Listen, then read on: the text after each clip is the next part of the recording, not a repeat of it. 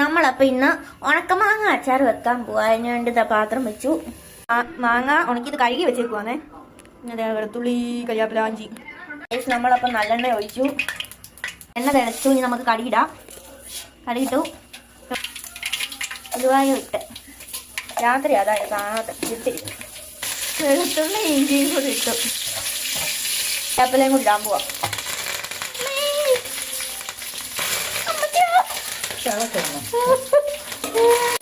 ഇതിന് നല്ലപോലെ ഇളക്കണം. ഞാൻ ഇളക്കാൻ പോവാം. ഇതിപ്പോ അച്ചാർ പൊടി ഇടുക. ഇച്ചിരി മൂത്ത് പോയി. മുളക് പൊടി ഇട്ടുകൊണ്ടിരിക്കുക. ഇളക്കുക.